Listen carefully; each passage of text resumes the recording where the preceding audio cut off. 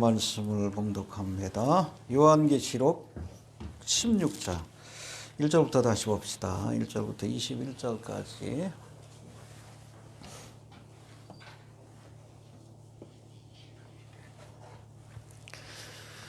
한 절씩 교독합니다. 계시록 16장 1절.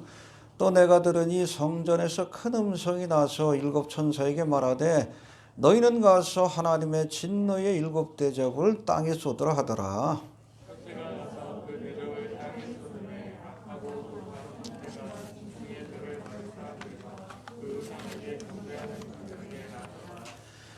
둘째가 그 대접을 바다에 쏟음에 바다가 곧 죽은 자의 피같이 되니 바다 가운데 모든 생물이 죽더라.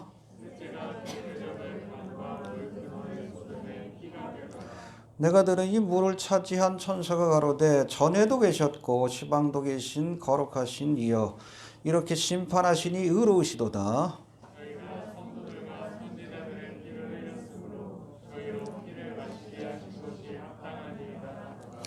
또 내가 들으니 제단이 말하기를 그러하다 주 하나님 곧 전능하신 이시여 심판하시는 것이 참되시고 의로우시도다 하더라.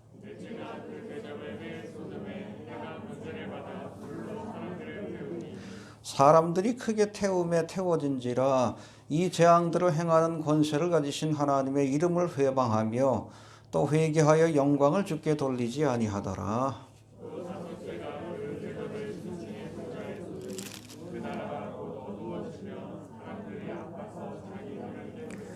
아픈 것과 종기로 인하여 하늘의 하나님을 회방하고 저희 행위를 회개치 아니하더라.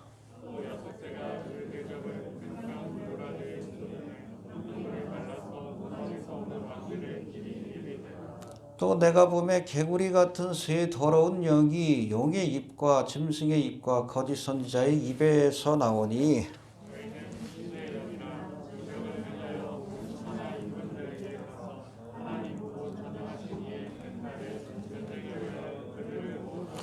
돌아 내가 도적같이 오리니 누구든지 깨어 자기 옷을 지켜 벌거벗고 다니지 아니하며 자기의 부끄러움을 보이지 아니하는 자가 복이 있도다.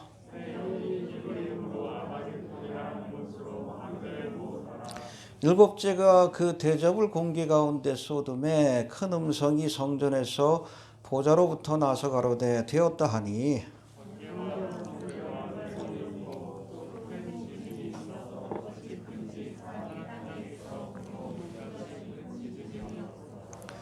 큰 성이 세 갈래로 갈라지고 만국의 성들도 무너지니 큰 성 바벨론이 하나님 앞에 기억하신 바 되어 그의 맹렬한 진노의 포도주 잔을 받으매. 함께 봉독합니다. 또 중수가 한 달란트나 되는 사람들이 그 박제로 인하여 아멘. 예, 지난 시간에 이어서 오늘도 마지막 하나님의 진노. 하나님의 진노가 이것으로 끝납니다. 언제부터 시작된 거예요? 7년 대환란의 첫 순간, 첫째 인이 떼어질 때부터. 이게 여러분 7년 대환란 전체가 하나님의 진노의 시간입니다. 그래서 여러분 교회는 하나님의 진노의 대상이 아니에요.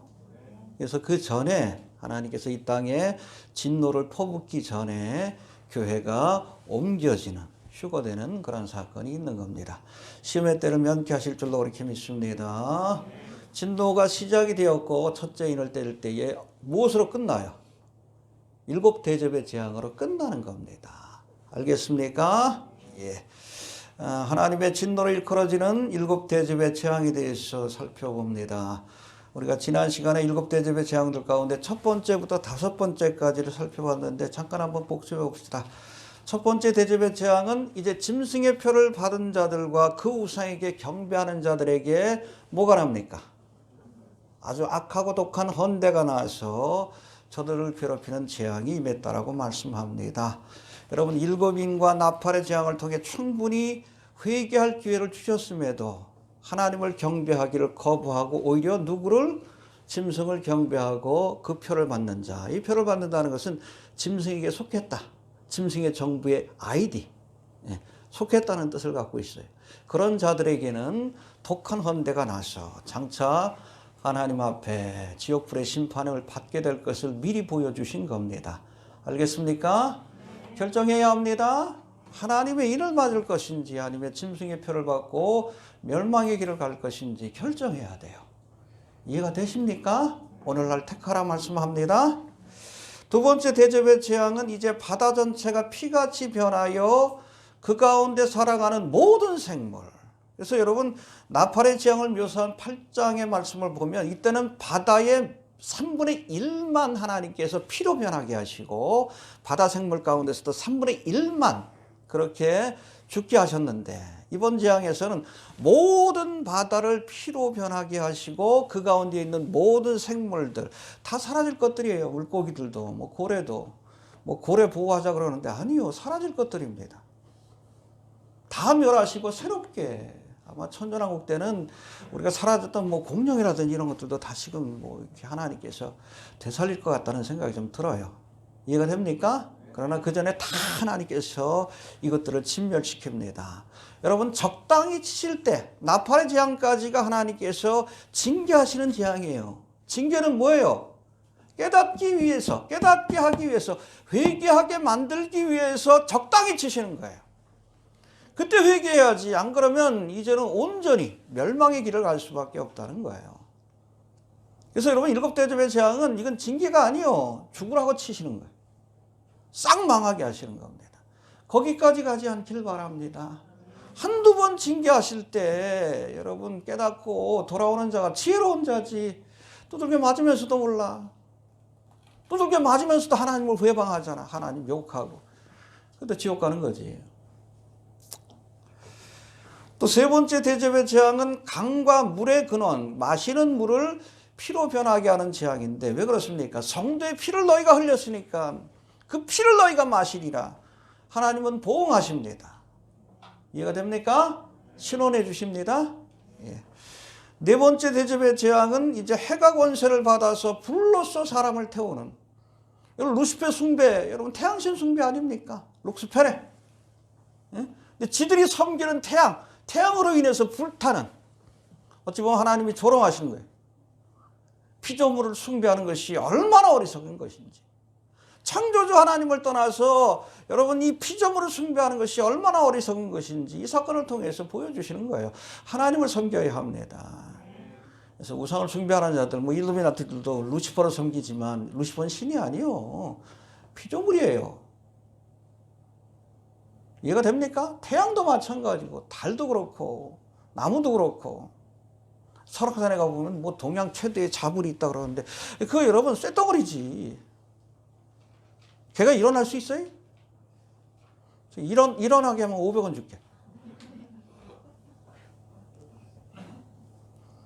자기 몸도 간수 못하는데 무슨 누굴 도와줘. 미련한 거지. 이렇게 우상 숭배하는 게 미련한 거예요. 눈이 있어도 보지 못하고 귀가 있어도 듣지 못하고 입이 있어도 말도 못하고 다리가 있어도 걷지는 못하고 그게 우상이에요. 섬기는 자도 똑같은 거예요. 그래서 우상 숭배는 여러분 악한 거 이전에 어리석은 거예요. 야 너희들이 얼마나 태양신 섬겨? 그래 태양으로 한번 불타봐라. 하나님이 조롱하시는 거예요. 얼마나 어리석은 건지. 그렇잖아요. 엘리야가 조롱하잖아. 야 너희 바알 신이 뒷간에 갔나 보다. 영어 성경에 나와요. 화장실 갔나 보다. 그것도 나와요. 깨워라. 무능한 존재입니다. 길어질 것 같네. 좀 넘어갑시다. 그 다음에 다섯 번째 대접의 재앙은 이제 짐승의 보좌가 어두워지는 흑암의 재앙이 임했다고 했는데 어둠 가운데서 사람들이 큰 고통을 겪었다. 이게 지옥의 모습이에요. 마태복음 22장 13절에 보니까 바깥 어두움에 쫓겨나 슬피 울며 이를 가는 일이 있을 것이다. 지옥의 모습을 미리 맛보게 하신 거예요. 미리. 이해가 됩니까? 이어지는 여섯 번째와 일곱 번째 대접의 재앙은 이제 아마겟돈 전쟁을 준비하는 모습과 그리고 마지막 장망성이라고 하는 큰 성 바벨론이 멸망하는 모습을 우리에게 보여주고 있습니다. 오늘 주제가 그거예요. 세상은 그걸 보여주는 거예요. 요한계시록의 주제이기도 해. 세상은 장망성이다. 그걸 설명하시려고 여기까지 오신 거예요. 그러니까 여러분 장망성을 바라보지 말고 뭘 바라봐요? 영원히 흔들리지 않는, 사라지지 않을 영원한 하나님의 나라를 소망하는 거예요. 여러분 이게 여러분 요한계시록의 주제입니다. 코로나 때문에 1년 동안 고생하셨는데 뭐 금년에로 나아질 것도 없어. 어차피 망할 장망성입니다. 미련두지 마셔요. 알겠습니까? 에녹처럼 주님과 동행하시다가 가자 그러면 좀 쫓아가면 됩니다. 이해가 되십니까? 자, 16장에 기록된 7대접의 재앙들을 살펴보면 우리가 지난 시간에도 살펴봤듯이 출애굽기에 기록된 10가지 재앙들이 반복해서 등장합니다. 이해가 됩니까? 먼저 짐승의 표를 받고 그 우상에 경배한 자들에게 독한 헌데, 이거 종기의 재앙이 반복된 거예요. 이해가 되십니까? 예, 두 번째, 물이 변하여 피가 되는 두 번째와 세 번째 대접의 재앙은 첫 번째, 여러분 애굽 땅에 내렸던 그 재앙이 반복되고 있는 거예요. 알겠습니까? 또 세 번째 보면 짐승의 보좌에 어둠이 내리는 재앙은 애굽 땅에 내려진 9번째 흑암의 재앙이 반복이 된 겁니다. 해봅시다. 반복되고 있다. 네 번째, 개구리 같은 새 더러운 영이 임금들을 미혹하여 아마겟돈 전쟁으로 이끄는 6번째 재앙이 있다. 살펴볼 텐데 이건 애굽 땅에 내려졌던 두 번째 재앙이 반복이 되는 겁니다. 이해가 됩니까? 그리고 다섯 번째, 번개와 내성과 우박. 이 우박이 여러분 한 달란트. 찾아보니까 영어 성경에 100파운드라고 돼 있어. 시대마다 무게가 좀 차이가 있었는데 100파운드면 45kg요.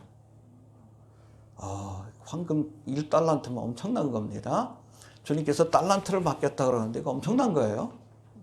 45kg요. 얼마 정도 될까 모르겠네.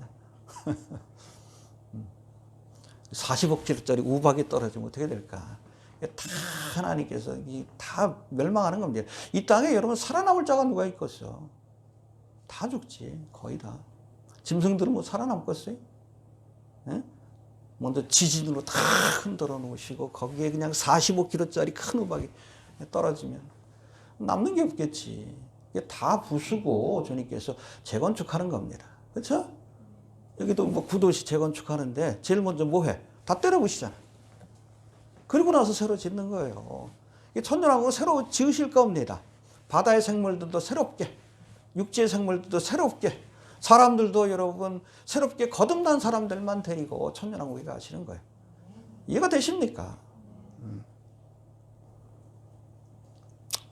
아무튼 이것도 애굽 땅에 내려진 7번째 우박의 재앙이 반복된 것이다. 이처럼 7대접의 재앙 안에 출애굽기의 재앙들이 반복되고 있습니다. 해봅시다. 반복된다.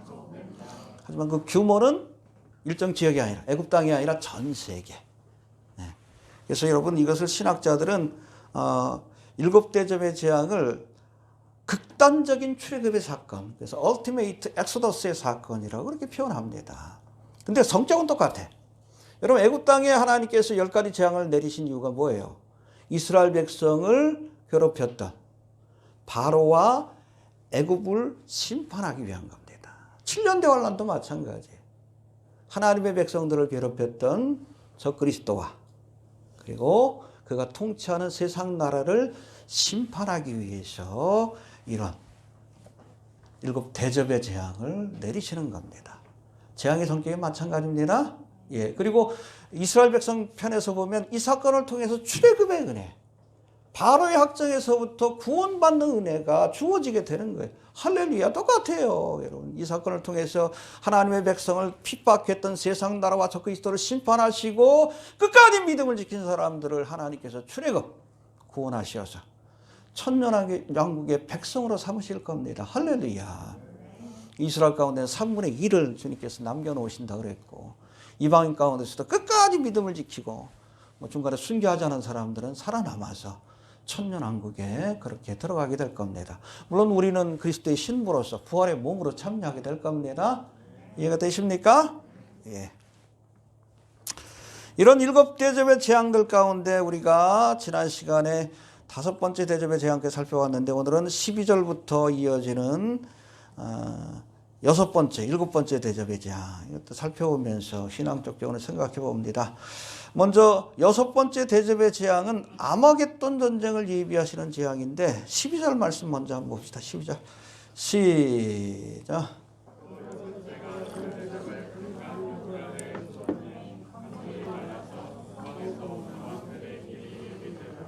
예, 해봅시다. 왕들의 길이 예비되더라.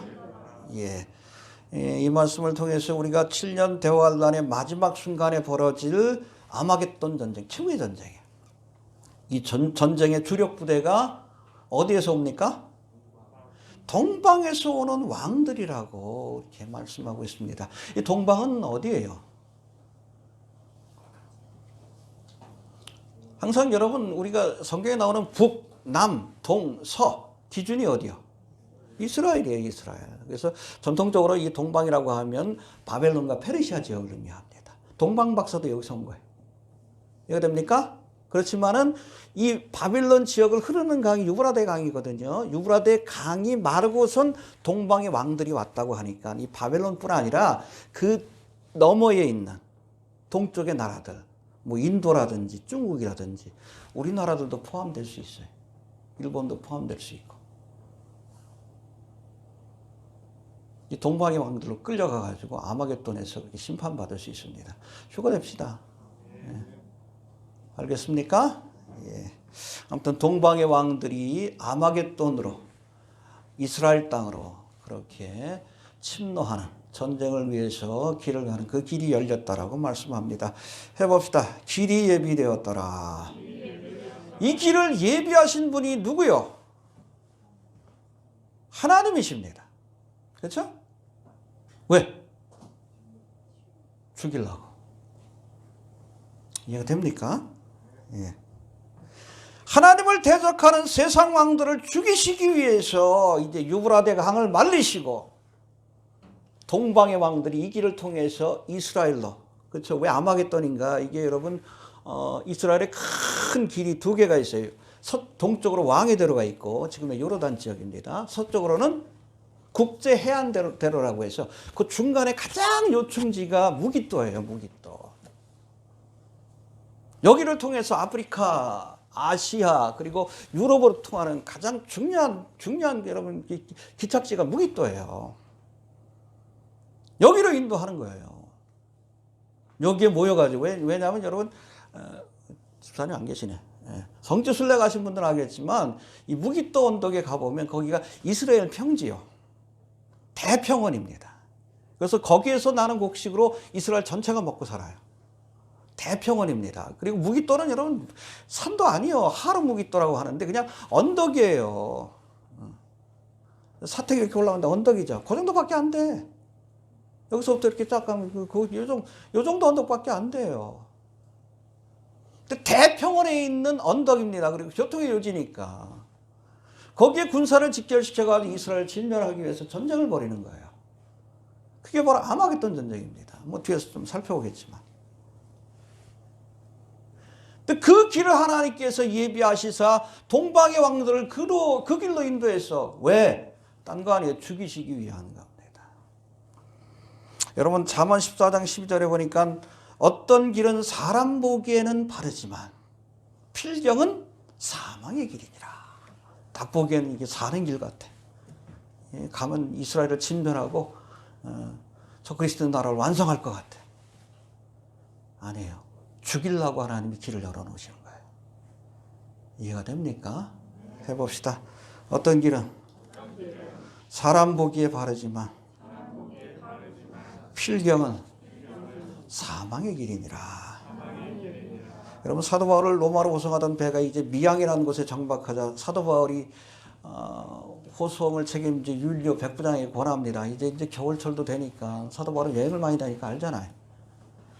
지중해 지역에 바람이 많이 불거든요. 그럼 배가 위험해요. 굉장히 위험합니다. 그러니까 우리 여기 미양에서 과동하고 겨울을 보내고 그리고 우리가 계속 항해를 지속합시다. 그랬더니 이 선주하고 그 선장이 여기가 아니라 좀 베니스에 가서 과동을 하자고 그렇게 제안을 합니다. 조금만 좀 가면 베니스가 나오니까 거기 가서 하자고. 왜냐면 거기가 놀고 먹기 좋으니까. 무리해가지고 항해를 합니다. 율리오가 선장과 선주의 말을 사도 바울의 말보다 더 믿었다라고 말씀해요. 무리해가지고 항해를 하는데 처음에는 남풍이 불어오니까 득이한 줄 알고 자신들이 바른 길을 가는 줄 알고 좋아했어요. 근데 곧바로 또 뭐가 밀려옵니까? 갑자기 유라굴라라는 광풍이 몰려와서 그야말로 사도 바울이 경고한 대로 뭐 배와 거기에 있는 물건뿐 아니라 사람들까지 다 죽게 되었어요. 사도 바울 덕분에 살아났지. 여러분, 순한 남풍을 만났다고 내가 지금 바른 길을 간다라고 착각하지 마셔요. 여러분, 길은 시작하는 순간이 중요한 것이 아니라 이 길의 끝나는 그 종착지가 어딘가를 우리가 알아야 돼요. 이해가 되십니까? 해봅시다. 길의 시작이 아니라 길의 끝이 어디를 향하는지 볼 수 있는 지혜가 있어야 합니다. 그렇죠? 유브라데 강이 탁 마르고 길이 열리니까 이제 이스라엘을 칠 수 있는 좋은 기회다. 아니요. 지네들이 죽는 길이요. 살필 수 있는 그런 지혜가 있기를 바랍니다. 알겠습니까? 네. 요즘 뭐 BI가 뭐 스위트홈이라는 거 요즘 뭐 세계적으로 선풍적 인기가 있대. 거기 OST를 불러가지고 굉장히 뭐 함께 좀 인기를 좀 끌고 있는데 지금은 좋겠지, 그쵸? 돈 벌고. 죽는 길이에요. 죽는 길입니다. 이러고 예수 믿는다는 소리는 안 했으면 좋겠어. 기독교 코스프레만 안 했으면 좋겠어요. 지금은 뭐 자기가 바른 길을 간다고 생각하겠지. 아니요. 사망의 길이에요. 이거 됩니까? 판단하셔요? 순풍을 만났다고 돈도 벌고 명예도 있고 권세도 주어지고 하나님의 축복을 받아. 아니요. 저주요. 길의 종착지를 볼 수 있어야 돼. 그게 지혜입니다. 믿음의 길은 고난의 길이요. 처음에 믿음 생활하다 보면 어렵고 힘들지. 중도에 포기하는 사람도 많고. 종착지는 어디요? 천국이에요. 하나님의 나라예요. 시작이 아니라 끝을 볼 수 있어야 합니다. 알겠습니까? 어떤 길은 사람의 보기에 바르나 필경은 사망의 길이니라. 마음에 새기시길 바랍니다. 또 13절 14절 읽어봅시다. 13절 14절 시작.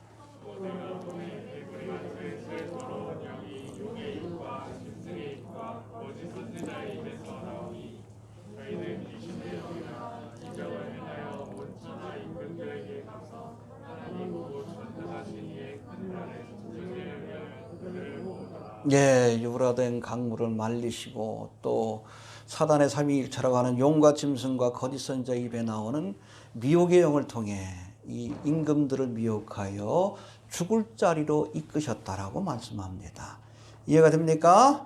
여기 보니까 먼저 천하 임금을 미혹하여 아마겟돈 전쟁에 동원하는데 해봅시다. 용의 입과 짐승의 입과 거짓 선지자의 입에서 나온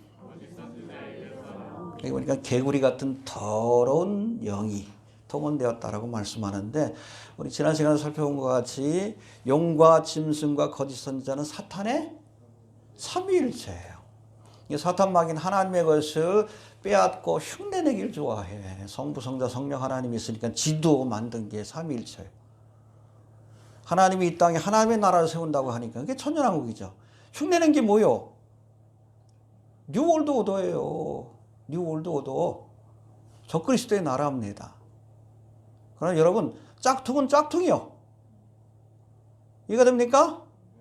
그 사탄 마귀가 뭐 삼위일체 그래가지고 지가 하나님인 것처럼 흉내내도 짝퉁은 짝퉁이에요. 이 땅에 뉴월드 오더로 만들어가지고 이것이 뭐 천국과 같은 세상이다. 아니요. 짝퉁은 짝퉁이요. 짝퉁에 속지 맙시다.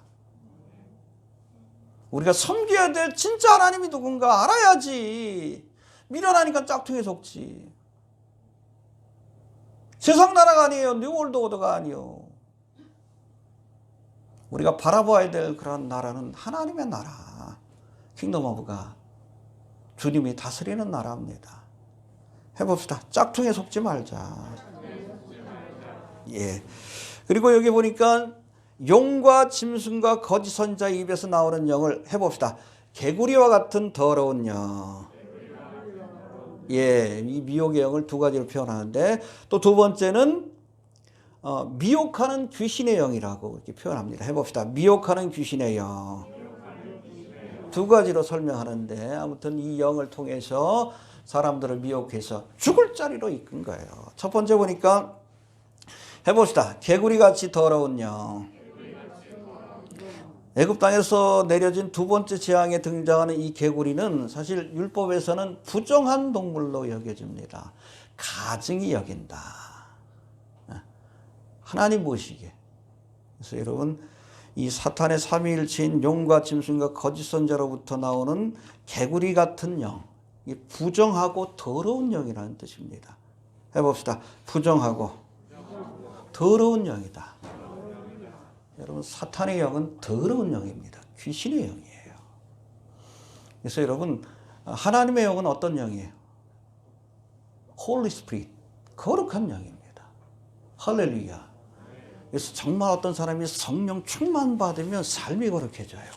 언어가 거룩해지고 생각이 거룩해지고 삶이 거룩해져. 성령의 다스림을 받았기 때문에 그래요. 근데 여러분, 귀신에 들리면 사람이 지저분해집니다. 이 무당들 보면 대부분 다 음란해.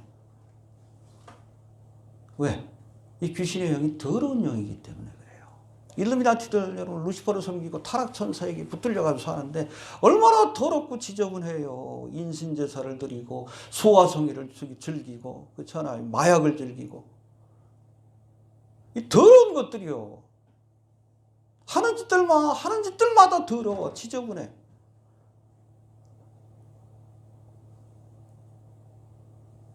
귀신한테 제사 지낸다고 그냥 정액을 뿌리고 그냥 피를 뿌리고 이 미친 것들이지. 섬기는 게 더러우니까 하는 짓거리들이 더러워. 더러운 영들입니다. 또 14절에서는 이 영을 이적을 행하는 귀신의 영이라고 이렇게 표현합니다. 14절 다시 한번 봅시다. 14절 시작. 이적을 행하여.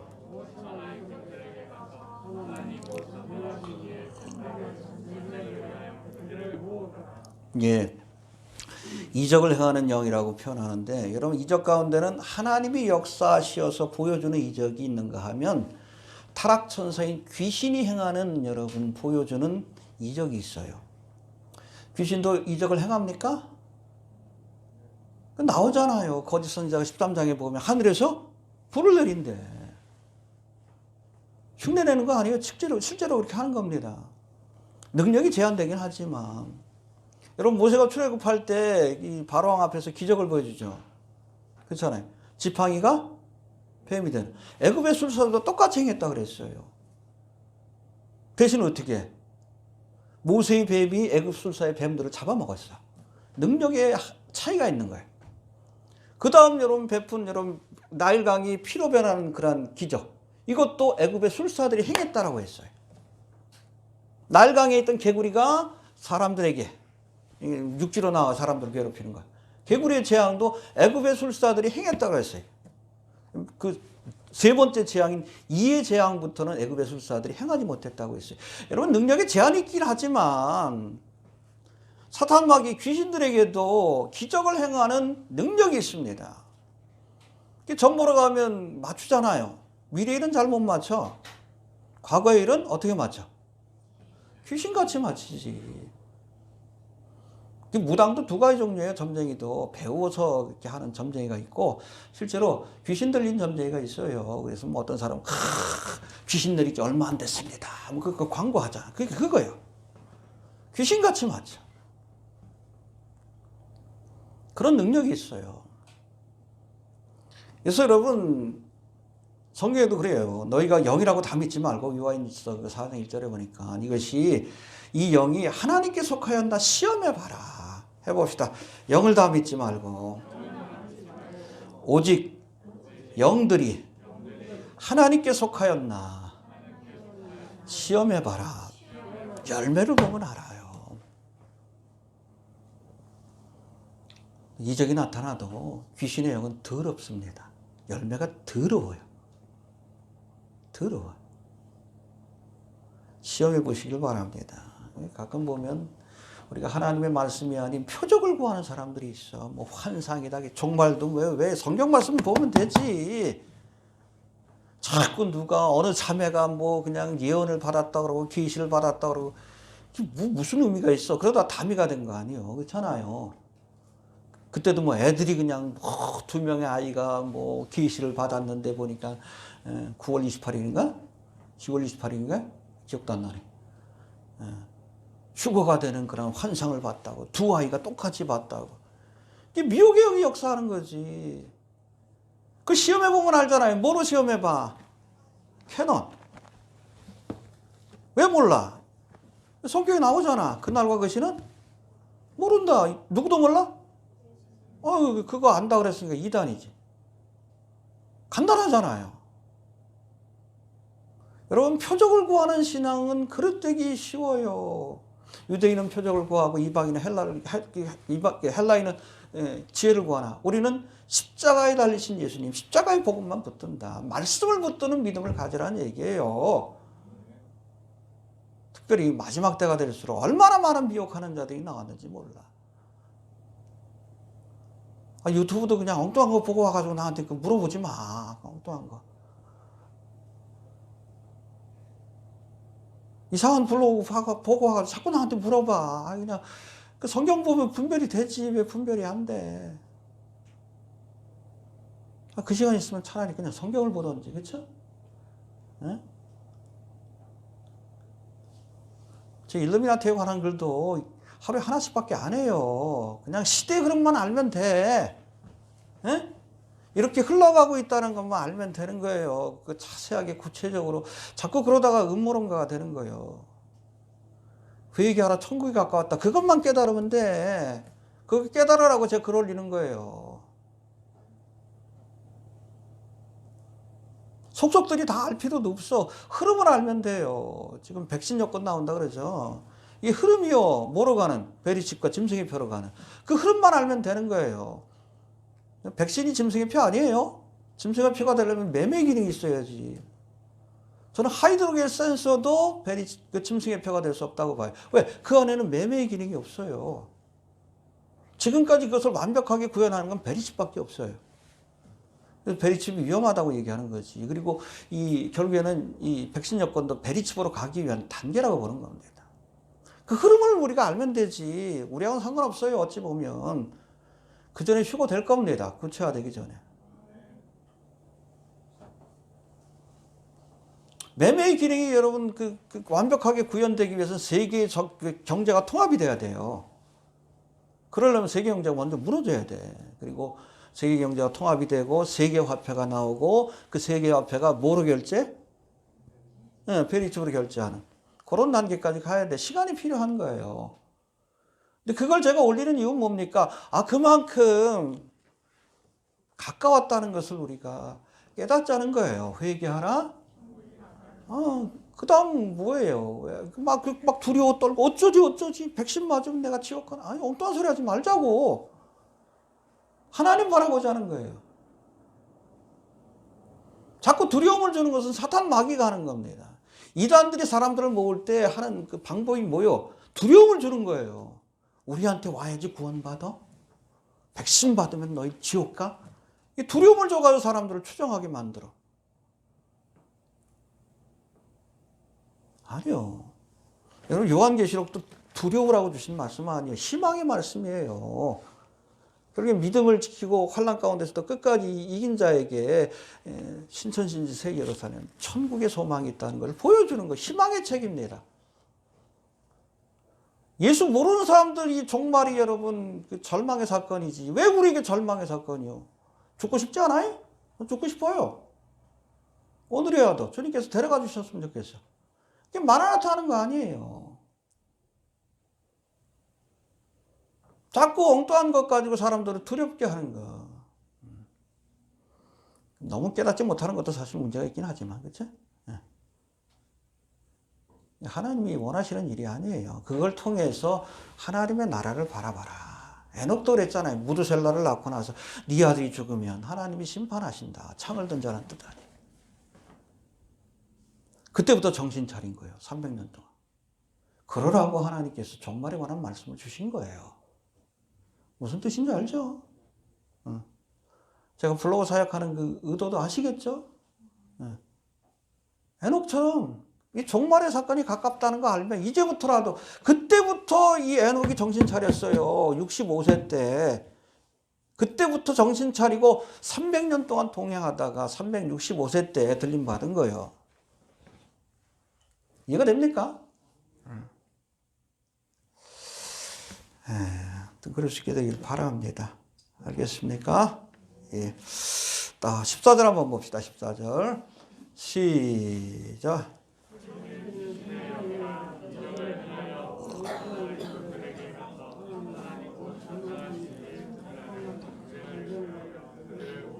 예, 아마겟돈으로 그들을 모으는데 왜 모읍니까? 이 동일한 사건에 대한 말씀이 스가랴 12장 2절 3절에 나옵니다. 왜 그들이 아마겟돈에 모이는가? 스가랴 12장 2절 3절에 거기에 대한 설명이 나와요. 한번 봅시다. 스가랴 1324페이지 읽어보고 나갑시다. 구약성경 12장 1323페이지네요. 2절 3절 3페이지 4페이지 나와 있습니다. 이게 아마겟돈 전쟁을 묘사한 말씀이에요. 2절 3절 시작. 보라, 내가 예루살렘으로 그 사면 국민에게 혼치케 하는 잔이 되게 할 것이라. 예루살렘이 에워싸일 때에 유다에까지 미치리라. 그날에는 내가 예루살렘으로 모든 국민에게 무거운 돌이 되게 하리니 무릇 그것을 드는 자는 크게 상할 것이라. 천하만국이 그것을 치려고 모이리라. 예루살렘을 치려고. 그러니까 무기또 언덕에 모여서, 거기 평야, 이스라엘 평야에 모여서 예루살렘을 치기 위해서 준비하는 거예요. 알겠습니까? 해봅시다. 이스라엘을 치기 위해 모이는 것이다. 이스라엘 쳐서 이스라엘 잔멸하기. 왜 잔멸하려고 해? 사탄 마귀의 생각은 단순해요. 앞으로 세워질 천년왕국은 이스라엘에게 약속하신 메시아 왕국입니다. 그 약속이 이사야라든지 성경에 나와요. 선지서에. 그러니까 사탄 마귀 무슨 생각을 해? 이스라엘만 없으면 메시아 왕국이 이 땅에 이루어지지 않는다는 생각을 하는 거예요. 헤롯 왕 때는 무슨 생각을 했어? 예수님만 죽이면 메시아 왕국이 이루어지지 않는다. 그래서 죽이려고 했고요. 헤롯을 격동해가지고. 그러니까 그거 실패했잖아. 이제는 뭐요? 이스라엘만 없으면 메시아 왕국에 대한 성경의 예언도 실현될 수 없다. 그러니까 죽이려고 하는 거예요. 그래서 여러분, AD 70년 이스라엘이 로마에 의해 멸망한 뒤에도 사탄 마귀는 전 세계에 반유대주의적인 사상을 퍼뜨려서 이스라엘을 잔멸하기 위한 시도들을 해왔어요. 유대인의 역사, 디아스포라의 역사를 보면 그런 일들이 많아요. 스페인에서 그런 일들을 겪었고. 그 중에 대표적인 것이 2차 대전 때 히틀러를 격동해가지고 유대인들을 다 죽이려고 했어. 3분의 1밖에 못 죽였잖아요. 600만 명. 원래는 다 죽이려고 했어요. 7년대 환란 때도 다 죽이려고 하는데 3분의 2밖에 못 죽이는 거예요. 나머지 3분의 1은 보수라로 하나님께서 피하게 하시는 거예요. 여러분, 지금도 이란과 같은 나라에서는 제2의 홀로코스트를 일으키겠다. 이스라엘 진멸해버리려 했다고 해요. 결국 이 반유대주의적인 사상이 결국에는 곡과목의 전쟁을 불러오는 것이고, 그것이 결국에는 아마겟돈 전쟁도 불러오게 되는 거예요. 이해가 됩니까? 이스라엘을 잔멸하려고 하는 반유대주의 사상. 그 뒤에 누가 있어요? 사탄 마귀가 있다는 것을 알아야 돼요. 지금 교회 안에서도 정신 못 차린 사람들이 막 그냥 유대인들에 대해서 비난하는 사람들이 있는데, 아니요. 그 마귀의 역사예요. 스피커 수가 그래가지고 폭발했죠. 하나님이 용납할 수 없는 부분입니다. 그건 저도 용납을 못해요. 웬만하면 가만히 있으려고 그러는데 그건 용납할 수 있는 부분이 아니에요. 이 유대인을 잔멸하려고 하는 거죠. 여러분 유대인들 가운데서도 유태 자본가라고 해서 사탄의 회에 속한 자들이 있어. 일루미나티들. 그렇죠? 빌 게이츠도 유대인들이고 세계 경제를 장악한 게 유대인들인데 그런 사람들도 있지만 하나님의 언약의 백성인 유대인들이 있어요. 그 구분할 수 있어야 합니다. 유대인이라는 이름을 갖고 있지만 실제로는 사탄의 회에 속한 사람. 그 사람들이 바리새인 서기관들 아니에요. 예수님 죽이려고 했고. 지금도 그렇다는 거예요. 구분할 수 있어야 돼요. 언약의 백성인 이스라엘과 사탄의 회에 속한 유대인들을 우리가 구분할 수 있어야 되는 거예요. 기본적으로 우리는 이스라엘을 복되게 해야 합니다. 창세기 12장에 너를 축복하는 자에게 내가 복을 주고 너를 저주하는 자에게 저주하리라. 할렐루야. 이 말씀을 지켜가지고 복받은 나라가 있어. 어떤 나라예요? 그게 미국이에요. 그게 미국. 유럽에서 핍박이 있을 때 어느 나라에서도 유대인들을 받아주지 않았어요. 그 유대인들을 받아준 것이 미국이에요. 하나님 축복하신 거예요. 미국의 대통령들은 그 원칙을 계속 지켜왔어요. 근데 그걸 깬 게 바로 그 오바마입니다. 바이든도 마찬가지예요. 특별히 해리스 여자 그 부통령 같은 경우에는 친팔레스타인주의자예요. 반유대주의자예요. 트럼프가 무식하긴 해도 그래도 그걸 지킨 거예요. 적어도 그 말씀을 하는 거예요. 이스라엘을 복되게 하면 나도 복받는다. 미국도 복받는다. 실제로 그랬잖아. 근데 부정선거 때문에 결국엔 낙선했지만. 그렇죠? 네. 어둠의 세력이 역사하도록 허락하시는 겁니다. 이 반유대주의 사상은 계속 퍼져나가게 될 거예요. 전 세계적으로. 심지어는 교회 안에도. 성경을 모르니까 그런 소리 하는 거지. 왜? 이스라엘이 이 땅에 예수님과 함께 천년왕국을 건설할 걸 알기 때문에 그래요. 간단합니다. 마귀의 전략은. 또 온천하 임금들을 미혹하여 아마겟돈으로 모으신 여섯 번째 대접의 재앙은 사실은 하나님께서 세상 임금들을 심판하기 위한 과정입니다. 아까도 설명했듯이 무슨 자리로 인도한 거예요? 죽을 자리로 인도한 거예요. 해봅시다. 죽음의 자리로 인도한 것이다. 열왕기 22장에다 보면 하나님이 아합을 죽이기 위해서 하나님께서 제일 먼저 하신 일이 뭐냐면 아람과 이제 전쟁이 벌어지려고 하는데 가야 될지 말아야 될지 잘 모르는 거예요. 선지자들을 불렀어요. 어영 선지자들이지. 한 400명을 불러가지고 내가 이번에 아람과 전쟁을 하려고 하는데 길르앗 나못에 가서 가야 될까 말아야 될까. 그때 여러분 기가 막힌 말씀이 나옵니다. 열왕기상 22장 23절에 보니까 하나님께서 이 선지자들 가운데 거짓말하는 영을 역사하게 했다고 했어요. 거짓 예언을 하게 했어요. 가십시오. 승리하실 겁니다. 다들 그래요. 400명이. 그래도 찜찜하잖아요. 미가야라는 선지자, 이 사람은 평소에 바른 말만 하거든요. 하나님만 바라보면서. 가면 죽습니다. 그래. 누구 말 들어? 400명 선지자, 거짓말하는 영에 붙들린, 미혹하는 영에 붙들린 선지자의 말을 듣고 갔다가 길르앗 나못에서 죽어요. 죽이려고 하나님께서 이끄신 거예요. 아마겟돈 전쟁도 마찬가지예요. 세상의 왕들을 무기또 언덕에서 다 쓸어버리시려고, 죽이시려고. 내가 가고 있는 길이 죽는 길인지 사는 길인지 분별하시길 바랍니다. 하나님이 죽이려고 이렇게 인도하는 사람이 있어요. 그래서 여러분 멸망할 사람들은 제일 먼저 판단력을 흐리게 하십니다. 이게 바른 길인지 죽는 길인지 사는 길인지 죽는 길인지 구분을 못하게. 그래서 갔다가 그냥 죽는 거예요. 이 소경이 소경을 인도하면 결국에는 멸망이로 가는 거예요. 한국교회도 깨달아야 되는데, 그렇죠? 응?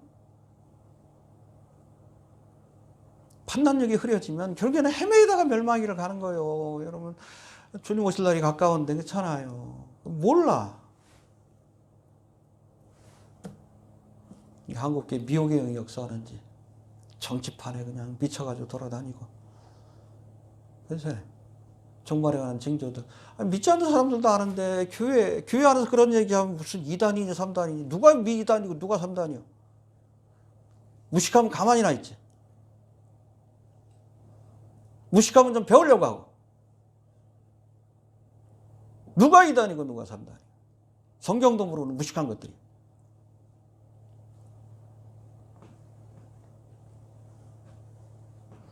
성경을 알아야 판단할 거다.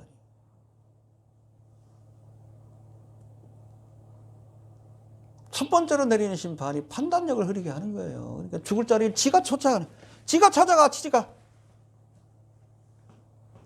하나님은 그렇게 하시는 거예요.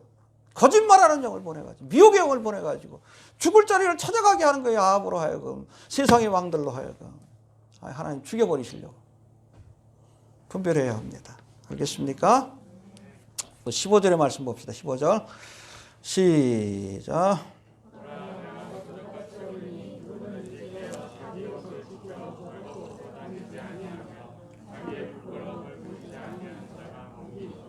네, 이건 예수님 직접 주신 말씀이에요. 그래서 요한계시록에 보면 7개의 복이 등장한다고 했죠. 그 가운데 이 말씀이 세 번째 복에 해당되는데 해봅시다.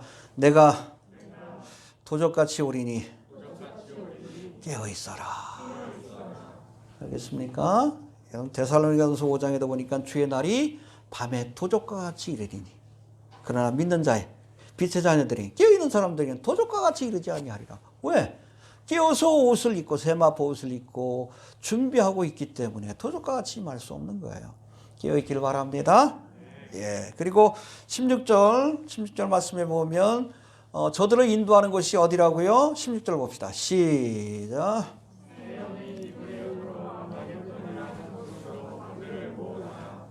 예. 적그리스도의 영이 천하 임금들을 미혹하여 큰 전쟁을 위해 모으는 장소, 죽이려고 모으는 장소가 하루 무기토, 아마겟돈. 헬라식 표현은 아마겟돈. 히브리식 표현은 하루. 하루가 언덕이란 뜻이에요. 마운틴은 아니에요. 언덕이에요. 조그매요, 조그매. 가보면 실망합니다. 그냥 언덕이에요. 솔로몬이 거기다 궁전 쳤어요. 워낙 하솔의 궁전이라고 전략 요충지이기 때문에 그런 유적들이 남아 있어요. 근데 그 사방은 다 이스라엘 골짜기 혹은 평야라고 해가지고 딱 보면은 그냥 호남 평야를 보듯이 지평선이 거의 보일 정도로 아주 드넓어요. 군인들이 주둔하기 좋은 곳입니다. 그리고 아까도 말씀드렸지만 여기는 그래서 이스라엘 관통하는 중요한 두 개의 길이 있다고 그랬죠. 왕의 대로 요르단 쪽에 페트라를 통해서 이렇게 쭉 가는 요 길이 있고 밑에서부터 그리고 아프리카로부터 오는 해안대로 국제 해안도로라고 합니다. 요것이 딱 지나가는 것이 바로 무기토예요.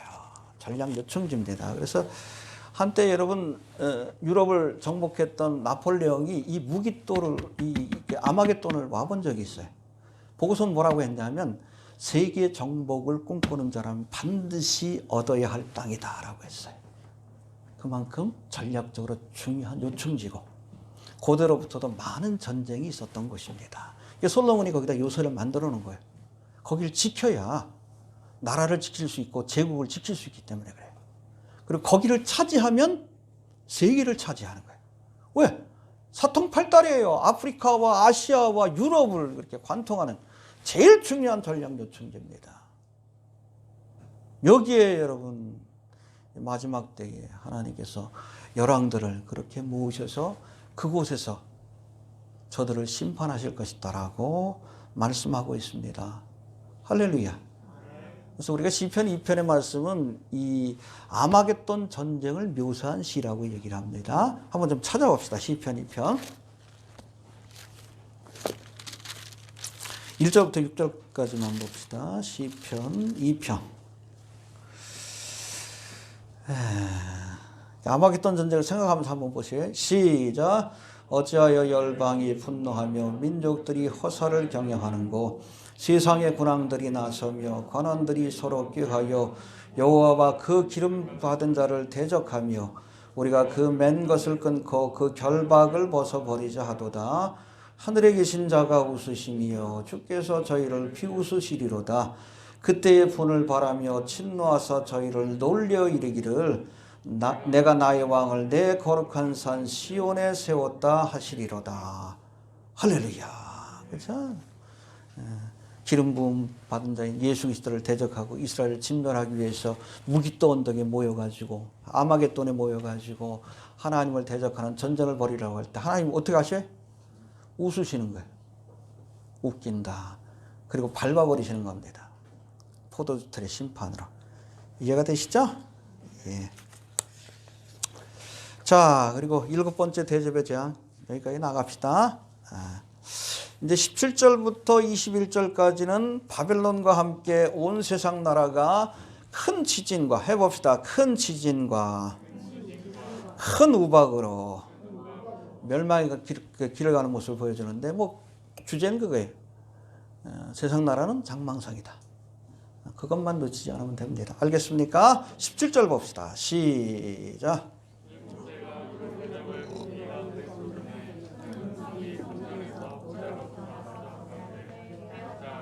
예, 여기 중요한 게 바로 되었다는 말씀입니다. 해봅시다. 되었다.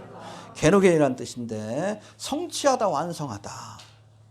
세상 나라를 심판하시는 하나님의 뜻이 이것으로 완성될 것이다. 할렐루야. 세상 나라와 바벨론을 멸망하심으로. 구체적인 것은 17장과 18장 아마 다음 주부터 또 살펴볼 겁니다. 알겠습니까?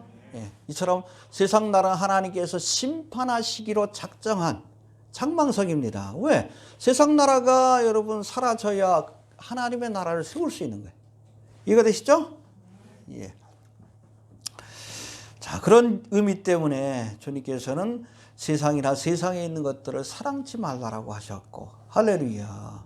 믿음의 조상들도 이 땅에 살아갈 때 외국인과 나그네로서 살아갔다라고 말씀하는 거예요. 해봅시다. 나그네와 행인된 것을 잊지 말아라. 그렇죠? 저들은 이 땅에 살면서 영원한 본향인 하나님의 나라를 사모하면서 살았다고, 믿음의 조상 아브라함과 이삭과 야곱이 그렇게 살았다라고 말씀합니다. 우리도 좀 그렇게 살아갈 수 있게 되길 바랍니다. 예, 해봅시다. 세상은 장망성이다. 근데 장망성 같은 세상에 대한 미련을 버리지 못하고 이제 세상의 정치와 경제와 종교와 교육 그리고 문화를 바꾸어서 이 땅에 하나님의 나라를 건설하겠다라고 주장하는 사람도 있죠. 이게 뭐요? 신사도 운동가들입니다. 킹덤 나우 그러죠. 아니요. 킹덤 나우 아니에요. 성경에서 무슨 킹덤 나우예요. 우리의 힘과 노력으로 이 땅에 하나님의 나라를 세운데, 그게 여러분 카톨릭의 종말론이에요. 무천년설이고 후천년설이에요. 신사도 운동가들 그 얘기를 하는데, 그건 여러분 성경에 근거가 없는 이단적인 사상입니다. 알겠습니까? 그러니까 여러분 신사도 운동가들이 자꾸 그냥 정광훈하고 이렇게 싸바싸바돼서 이 땅에 뭐 정치를 바꾸겠다 그러고 사회를 바꾸고 경제를 바꾸고 교육을 바꾸겠다, 7개 선을 정복해가지고 이 땅에 킹덤 나와 하나님의 나라 건설하겠다. 웃기는 소리예요. 하나님의 나라는 우리가 건설하는 게 아니에요. 위로부터 임하는 겁니다. 매일같이 기도하잖아요. 나라 임하옵시며 나의 킹덤 컴. 그렇게 기도하면서 그 말씀을 합니다. 주님이 오셔야 여러분 이 땅에 하나님의 나라가 세워지는 거예요. 세상 나라는 다 때려 부셔야 돼요. 장망성 다 부셔야 하나님의 나라를 건설할 수 있는 거예요. 우리가 하는 거 아니에요. 속지 않길 바랍니다. 세상 고쳐 쓰려고 하지 마셔요. 요즘 보면 그래 자꾸 우리가 반대해야죠. 낙태도 반대해야 되고 그리고 차별금리법도. 그러나 하나님이 허락하셨다는 것도 인정해야 돼. 왜냐하면 그래야 세상을 심판할 수 있기 때문에. 바꾸려고 애쓰는 분들 마음은 이해가 되지만 그러나 넓게 보시길 바랍니다. 그제야 끝이 오는 겁니다. 바꿨을 때가 아니요. 떠날 때입니다. 이해가 됩니까? 실망해가지고 막 그냥 어디 뭐 딴 데가 또 욕하는 분들도 계시는데 그 마음은 제가 이해가 돼요. 근데 거기에 너무 마음을 쏟지 않길 바랍니다. 상처받아요. 안 되는 건데 어차피 예루살렘은 망하는 거예요. 알면서도 예레미야가 선포했잖아. 그 다음을 보는 거예요. 바빌론 포로 이후에 재건될 이스라엘을 바라본 거지. 그런 꿈을 가져야지. 안 바뀌어요. 더 나빠질 겁니다. 죄송한 얘기지만 2021년을 새해 희망의 아니요 절망의 해입니다. 절망으로 가다 결국에는 여러분 여기까지 가는 거예요. 끝이 오고요. 그래야 끝이 오는 거예요. 그래야 주님이 오시는 겁니다. 세상 나라를 다 부시고 망해야 그래야 주님이 오실 수 있는 거예요. 장망성인 것을 잊지 않길 바랍니다. 알겠습니까? 예. 또 18절부터 21절까지는 이제 장망성 같은 세상 나라가 어떤 과정을 통해서 심판을 받고 사라지게 될 것인지를 보여주는데, 먼저 18절 한번 봅시다. 시작.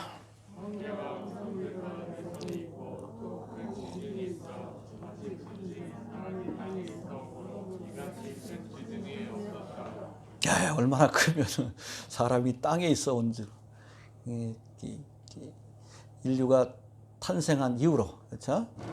창세기 사건 이후로 한 번도 경험하지 못한, 그야말로 성경에 보면은 원어를 보면 메가스 세이스모스라고 되어 있어요.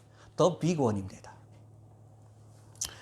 지금 지진 관측을 한 지가 얼마 되지 않은 한 100여 년밖에 안 되는데, 이 관측 이래 지금까지 발생했던 가장 큰 지진은 1960년 5월 22일에 있었던 칠레 발디비아에서 발생한 9.5의 지진이라고 합니다. 우리가 기억하고 있는 2021년에 동일본 대지진의 강도가 9.0입니다. 근데 이게 9.5라 그러면 상상을 뛰어넘는 거예요. 여러분 9에서 10으로 넘어가는데 지진의 강도가 32배 커집니다. 그래서 7에서 9로 가는 데는 지진의 강도가 1000배가 늘어나요. 그래서 여러분 9.0에서 9.5로 가려면 적어도 한 16배 이 정도의 그런 엄청난 지진이라고 보시면 됩니다. 그래서 이 동일본 우리가 그 지진 그 현장을 봤지만, 그것도 관측일에 나왔던 지진 가운데는 4번째가 5번째밖에 안 돼요. 근데 이런 지진과는 비교할 수 없는. 여러분 이때 일어난 지진은 일부 지역에서 일어난 거예요. 칠레에서 일어나고 뭐 일본 앞바다에서 일어나고. 그러나 여러분 이 비건 큰 지진은 온 세상의 모든 성들이, 만국의 모든 성들이 무너진다 그랬어요. 도시가 다 무너집니다. 인천도 다 무너지고. 2010이라는 영화 보셨죠? 그런 지진이 오는 거예요. 이 땅에 나만 하는 게 없습니다. 그렇게 다 때려 부시고 그걸로 끝나는 게 아니에요. 그 이어서는 뭐예요? 큰 우박. 몇 킬로짜리? 45킬로짜리. 지진은 무너졌는데 거기다 우박까지 내렸는데 이 땅에 여러분 남아있는 게 뭐가 있겠어요? 다 부시고 다 철거하시는 거예요. 그리고 새롭게 하나님의 나라를 건설하게 될 겁니다. 할렐루야. 예. 구체적으로 한번 봅시다. 구체적으로 우리 19절 한번 봅시다. 시작.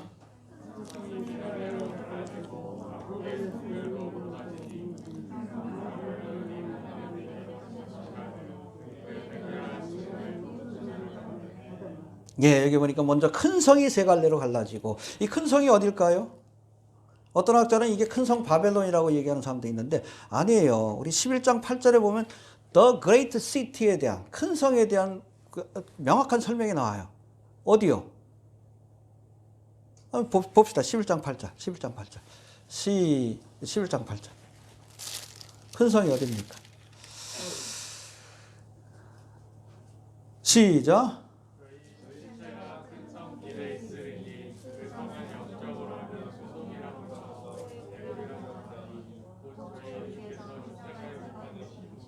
이 큰 성이 어디요? 예루살렘이에요. 예루살렘. 예루살렘이 세 갈래로 갈라집니다. 왜 하나님께서 예루살렘을 이렇게 지진으로 심판하신 거? 뭐 딴 거 없어요. 여기 설명이 나오잖아요. 영적으로는 소돔과 애굽으로. 거룩해야 될 예루살렘이 소돔과 애굽과 같이 쥐야기 같은 곳으로 변했기 때문에 하나님께서 이거 다 때려부시고 새롭게 지으시는 겁니다. 이때 아마 환란 성전도 주님께서 무너뜨릴 거예요. 왜? 더럽혀졌으니까. 누구에 의해서? 적그리스도에 의해서. 다 때려부시고, 그리고 에스겔 40장부터 나오는 천년왕국의 성전을 다시 세울게 될 겁니다. 이때 여러분 예루살렘이 세 갈래로 갈라진다고 했는데 스가랴 14장 4절인가에 보면 그 주님께서 재림하시기 직전에 감람산이 동서로 갈라진다는 말씀이 나와요. 그 예루살렘이 갈라지면서 그 옆에 있는 감람산까지 동서로 이렇게 쫙 갈라지는, 세세로 갈라지는 그런 심판이 임하게 된다는 겁니다. 그리고 나서는 뭡니까? 해봅시다. 만국의 성들과 큰 성 바벨론.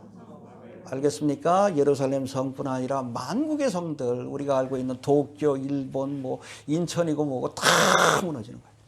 도시들이 다 무너집니다. 그리고 큰 성 바벨론은 적그리스도 헤드쿼터, 세계 정부의 수도가 될 것인데 구체적으로 어딜지에 대해서는 여러 가지 의견들이 있어요. 이거 뭐 다음 시간에 살펴봅시다. 이것도 하나님께서 무너뜨리고 다 무너지는 거야, 다. 알겠습니까? 해봅시다. 무너뜨리고 다시 세우실 것이다. 이 땅의 것들은 다 사라질 것들입니다. 그래서 이 히브리서 12장 27절에 보면 이 땅에 있는 것들을 진동할 것들이라는 표현을 해요. That are shaken. 흔들릴 것들이다. 그러니까 다 흔들어서 사라질 것들이라는 표현이에요. 여기 말씀해 보니까 해봅시다. 진동치 아니하는 것을 영존케 하기 위해 진동할 것들을 옮겨 놓으신다. 재밌죠? 진동치 않는 것이 뭐예요? 하나님의 나라예요. 이것들을 바라보게 하기 위해서 진동할 것들, 세상에 있는 것들입니다. 돈도 명예도 권세도 다 사라질 것들이에요. 이것들을 하나님께서 흔들어 놓으신다는 거예요. 그런 사람들 많잖아요. 한번 흔들려야 하나님을 찾는 거예요. 그렇죠? 영원할 것 같은 건강이 흔들려야, 그렇죠? 직장이 흔들려야, 그래야 하나님을 찾는 거예요. 이 세상이 여러분 큰 지진으로 사라질 것들이라는 사실을 깨달아야, 그래야 우리가 어디를 바라봐? 흔들리지 않는, 진동하지 않는, unshakable, 흔들리지 않는 영원한 하나님의 나라를 바라볼 수 있는 겁니다. 알겠습니까? 주제가 그거예요. 큰 지진으로 흔들리고 사라질 세상 나라 바라보지 말고 영원히 흔들리지 않는 하나님의 나라를 바라봐라. 그게 지혜가 아닙니까? 그렇죠? 그리고 뭐 지진으로 흔든 게 아니라 우박의 재앙으로 다 쓸어버리시면 돼요. 21절 봅시다. 시작.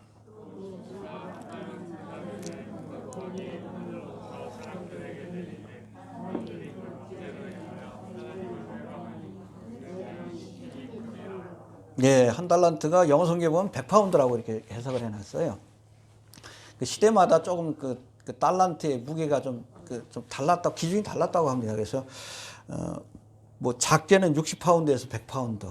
그러니까, 키로로 따지면 27kg에서 45kg. 엄청나죠. 이게 그냥 전 세계 모든 땅에 내리면 남는 게 없지. 남는 게 없는 겁니다. 다 부십니다. 여러분, 흥미로운 것은 같은 우박의 재앙을 묘사한 출애굽기 9장을 보면 이제 모세가 바로에게 가가지고 내일 이맘때쯤 우박의 재앙이 있을 것이다. 그 얘기를 했을 때 바로왕은 안 들었어. 근데 옆에 있던 신하들이 그 말을 듣고 밖에 나가 있는 짐승들과 노비를 집안에 들인 사람들은 피해가 없었어요. 하나님의 환난과 재앙이 몰아치는 와중에도 하나님의 말씀을 두려워하는 자들, 주님이 주신 경고를 두려워하는 자들에게는 피할 길이 열립니다. 그러나 그렇지 않고 끝까지 하나님의 말씀을 멸시하고 농담으로 여기고 오히려 하나님을 저주하고 회방하는 자들에게는 무섭고 존엄한 심판이 내려진다는 것을 기억할 수 있게 되길 바랍니다. 지금도 주님께서 경고하십니다. 회개하라. 그렇죠.